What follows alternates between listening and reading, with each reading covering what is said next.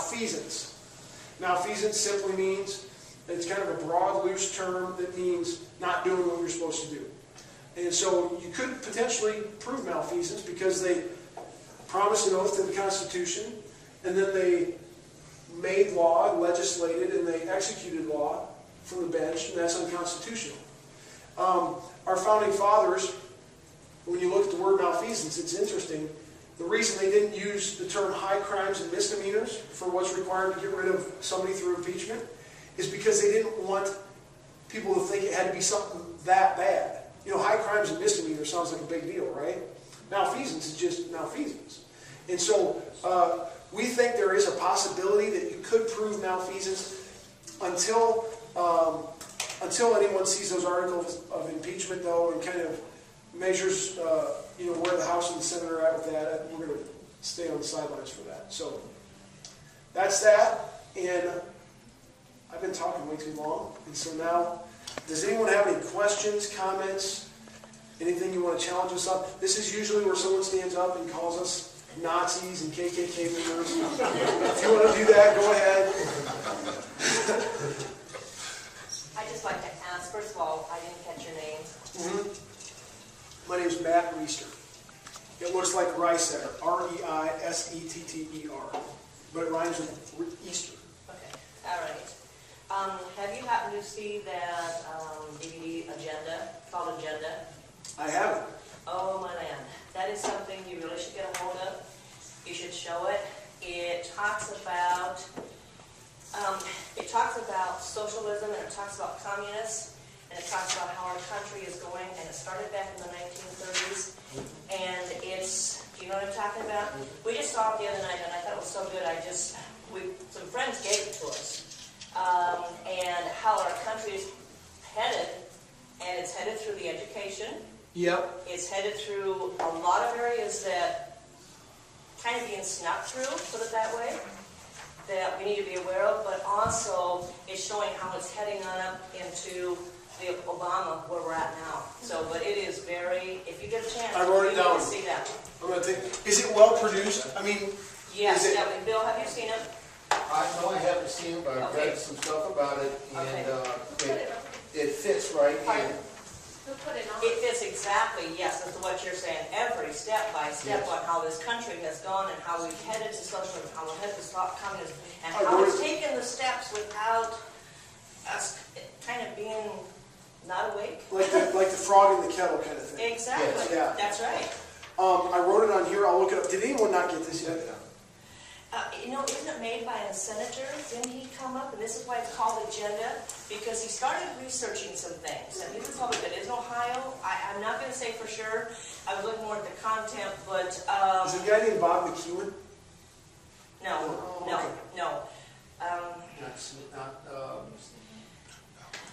Just check it out, please. Yeah. Have you heard of the film? World Net Daily? Have you heard of the film? I think I've seen it. I read World Net Daily. Okay. Yeah, it really needs to be played at your events. Great. It really needs to be played at schools. I mean, it needs to be. We know a principal, and I'd like to give it to her and see what she thinks of it. Good. And she's supposed to be a Christian, and I'm not knocking her. That's not what I'm saying. Yeah. You bring up our education system. This came up in one of our earlier meetings today. One of the reasons I'm so thrilled with what's going on in Wisconsin is because it is forcing the educational establishment. And I'm not talking about teachers. For the most part, teachers want to teach.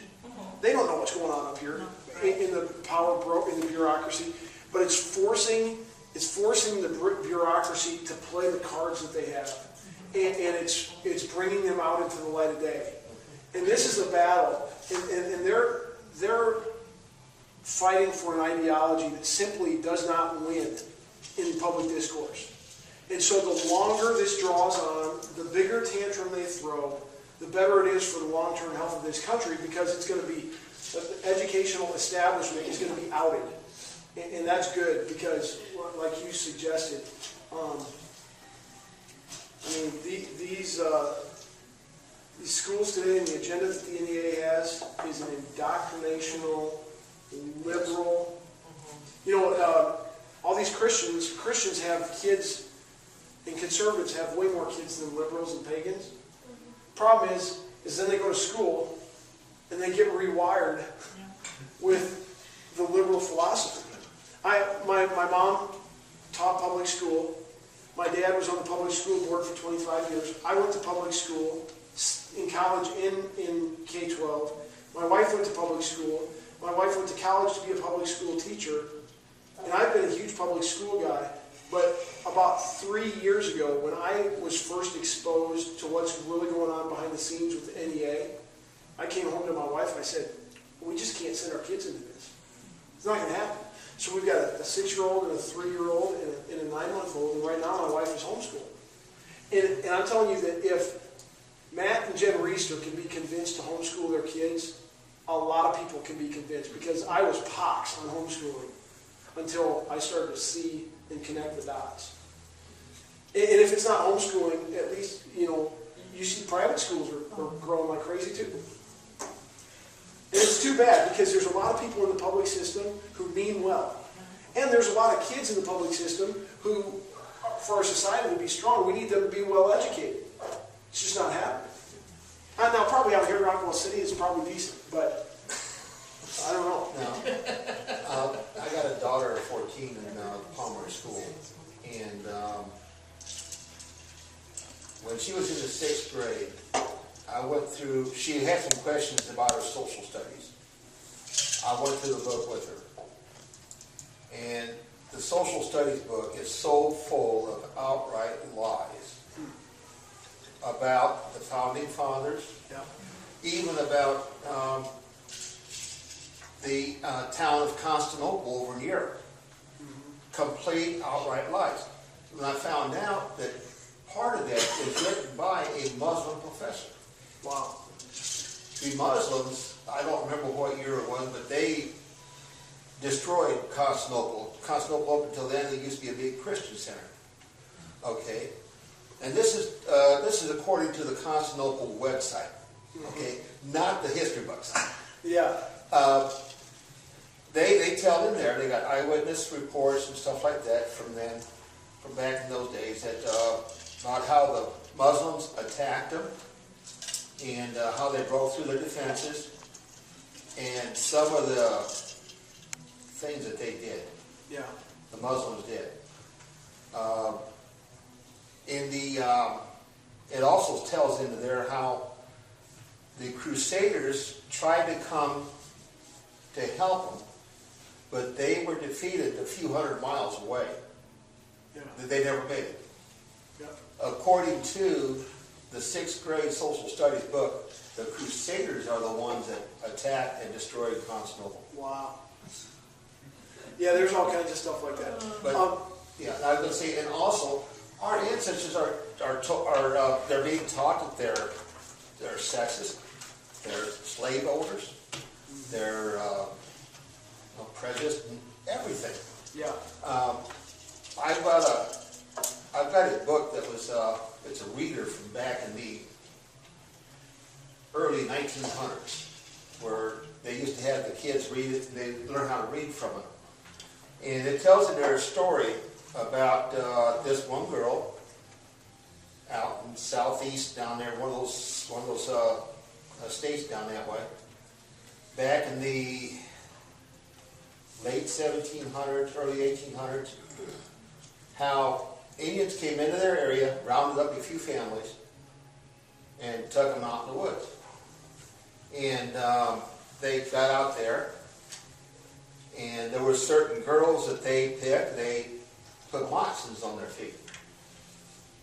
The girl's mother told her, "You've been chosen to live." Okay? She couldn't understand exactly what her mommy was talking about. Well, certain Indians took them and other girls a long distance away. Later on, the rest of the Indians caught up with them. And that night, she watched as they pulled scalps out, and she recognized her mothers, other family members. And I was telling my daughter this, and she said, "Well, they deserve that for being there." She's been taught this in school.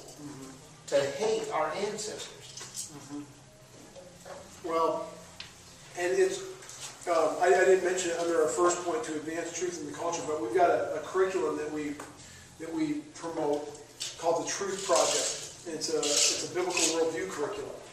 And the idea behind the Truth Project is that our culture has just been taken captive by lies in every sphere there is.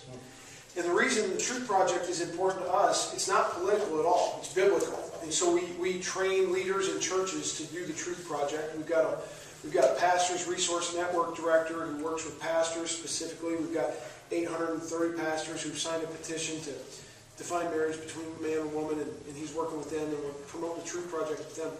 The idea is these political things that we're doing out here, they're technically somewhat peripheral.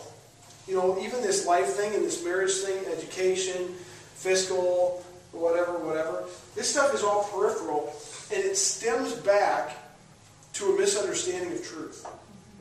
And so we feel like, first of all, we feel like we've been called to fight these political battles. And so we're going to fight them.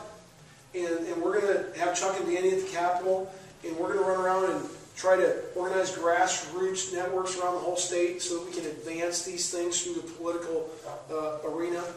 But it's a little disingenuous for us to only do that without addressing the root cause of all this. And the root cause is people are getting lied to, and they're believing the lies that they're being told. And so the Truth Project just helps to promote truth. And one of the things, the reason I brought all that up, they have a session on history. What's the truth about history? What's the truth about the role of the state? What's the truth about the family? What's the truth about science? It covers all these things.